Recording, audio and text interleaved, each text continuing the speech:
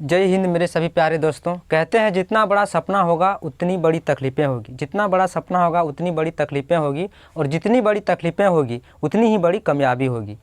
आज का वीडियो हम प्रेजेंट इंडेफिनिट टेंस पढ़ाने वाला हूँ। प्रेजेंट इंडेफिनिट टेंस पढ़ने से पहले 3 चीज़ पढ़ना बहुत ज़रूरी है। एक नंबर यहाँ पे जैसे है सब्जेक्ट यानी कर्ता, दूसरा नंबर ऑब्जेक्ट यानी कर्म, और तीसरा नंबर वर्ब यानी क्रिया। पहले इस सब का परिभाषा देख लेते हैं। सब्जेक्ट यानी कर्ता, काम करने वाले को कर्ता करते हैं। यहाँ उदाहरण से समझ लेते हैं। जैसे सोहन किताब पढ़ता है, यानी पढ़ने का काम कौन कर रहा है? सोहन। तो सोहन काम कर रहा है पढ़ने का, तो सोहन हो गया सब्जेक्ट यानी कर्ता। दूसरा नंबर चाहते हैं ऑब्जेक्ट। ऑब्जेक्ट का मतलब कर्म होता है, जिस पर काम का प्रभाव पड़ता है उसे ऑब्जेक्ट यानी कर्म कहते हैं। जैसे राम ने रावण को मारा, जैसे यहाँ मारने वाला काम कौन कर रहा है? राम। तो यहाँ पे सब्जेक्ट है और प्रभाव किसमें पड़ रहा है? रावण पर। तो रावण क्या है? ऑब्जेक्ट यानी कर्म। और तीसरा नंबर वर्ब क्रिया, जिससे काम करना या होना समझा जाए उसे क्रिया कहते हैं। जैसे पढ़ना, लिखना, दौड़ना, कूदना आदि। अब तीनों ये जैसे सब्जेक्ट, कर्ता, ऑब्जेक्ट, कर्म और वर्ब क्रिया, तीनों को एक साथ बताने की कोशिश करते हैं। जैसे यहाँ राम आम खाता है, तो खाने का काम कौन करता है? राम। तो राम यानी कर्ता हो गया। अब राम कौन सी काम करता है? यानी खाने का काम करता है, यानी खाता क्या हो गया? क्रिया। और आम में क्या हो रहा है? प्रभाव पड़ा, तो आम कौन सी हो गया? कर्म। दोस्तों यहाँ प्रेजेंट टेंस जैसे हैं, प्रेजेंट टेंस के 4 भेद होते हैं। एक नंबर हो गया प्रेजेंट इंडेफिनिट टेंस, दूसरा नंबर हो गया प्रेजेंट कंटीन्यूअस टेंस, तीसरा नंबर हो गया प्रेजेंट परफेक्ट टेंस, और चौथा नंबर हो गया प्रेजेंट परफेक्ट कंटीन्यूअस टेंस। तो आज यहाँ प्रेजेंट इंडेफिनिट टेंस बताने वाला हूँ। दोस्तों यहाँ प्रेजेंट इंडेफिनिट टेंस जानेंगे कैसे, पहचानेंगे कैसे, क्या है नहीं है। तो हिंदी वाक्य के अंत में ता है, ती है, ते है आदि रहे तो वहीं पकड़ लेंगे कि प्रेजेंट इंडेफिनिट टेंस है। यानी पहचानने का नियम जैसे यहाँ ता है, ती है, ते है आदि रहे तो उसको मतलब प्रेजेंट इंडेफिनिट टेंस है। और बनाने का नियम subject plus verb plus S या एस प्लस ऑब्जेक्ट। अफर्मेटिव जैसे साधारण वाक्य हो गया, और यहाँ पे नेगेटिव है यानी नहीं वाला, जैसे subject plus do not, does not plus verb का पहला रूप प्लस ऑब्जेक्ट। तो जैसे यहाँ पे देख लीजिए वह खाता है, तो वह का कौन सी होगा? ही। तो ही यहाँ पे वह का क्या होगा? ही। और खाना का क्या होगा? ईट, ई ए टी।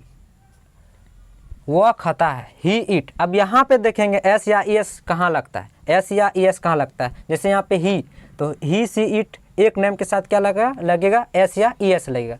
तो यहाँ पे ही है तो यहाँ पे एस लगा देंगे, ही ईट्स मतलब वह खाता है। और दूसरा नंबर देख लेते हैं, मैं खाता हूँ। मैं का क्या होगा? आई।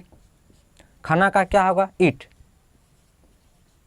अब पता यहाँ कर लेते हैं कि एस या एस लगेगा या नहीं लगेगा। तो देखो यहाँ पे आई है, तो यहाँ आई वी यू दे एक से अधिक नाम रहेगा तो वहाँ उसके साथ एस या एस नहीं लगेगा। तो यहाँ आई ईट यानी सही है।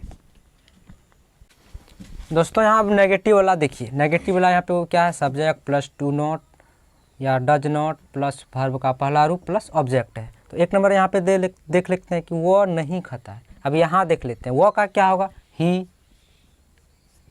वो का क्या होगा? ही। उसके बाद सब्जेक्ट यहाँ पे हो गया, ही सब्जेक्ट हो गया। उसके बाद क्या है? डू नॉट या डज नॉट, यानी डू या डज नॉट लगाना है। तो डू और डज नॉट लगाना है कहाँ? जैसे यहाँ पे ही हो गया, सब्जेक्ट हो गया। तो ही कहाँ डज नॉट लगाएंगे? ही जैसे यहाँ है तो यहाँ में क्या है? डज नॉट लगेगा, यानी ही के साथ डज नॉट लगेगा। तो यहाँ पे he does not, does not. उसके बाद खाना का क्या होता है? ईट। तो यहाँ पे ईट होगा, ई ए टी। दूसरा नंबर मैं नहीं खाता हूँ। मैं का क्या होगा? आई। मैं का आई, यानी सब्जेक्ट यहाँ पूरा हो गया। उसके बाद यहाँ क्या है? डू नॉट या डज नॉट।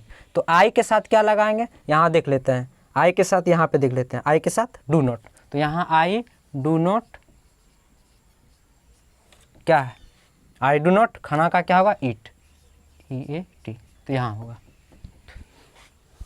दोस्तों यहाँ सवाल उठता है कि एस या ई एस का प्रयोग कहाँ कहाँ होगा? तो देखो, जिस वर्ड के अंतिम अक्षर में डबल एस रहे, एस एच रहे, सी एच रहे और ओ रहे, एक्स रहे, जेड रहे अंतिम में, वहाँ ई एस का प्रयोग करेंगे। और जहाँ नहीं रहे वहाँ एस का ही प्रयोग करेंगे। जैसे वह जाता है, वह का क्या होगा? ही। जना का क्या होगा? गो, जी ओ। यहाँ अंतिम वर्ड में क्या आता है? ओ, यानी यहाँ देख लेते हैं कि ओ है क्या? तो यहाँ ओ है, तो यहाँ इसका मतलब ई एस लगेगा। और यहाँ जैसे वह पढ़ता है, वह का क्या होगा? ही। और पढ़ना का रीड, READ, रीड। तो यहाँ अंतिम अक्षर में, यहाँ अंतिम वर्ड में देख रहे हैं कि डी है यहाँ, तो यहाँ पे डी नहीं है, इसका मतलब यहाँ पे एस लगाएंगे।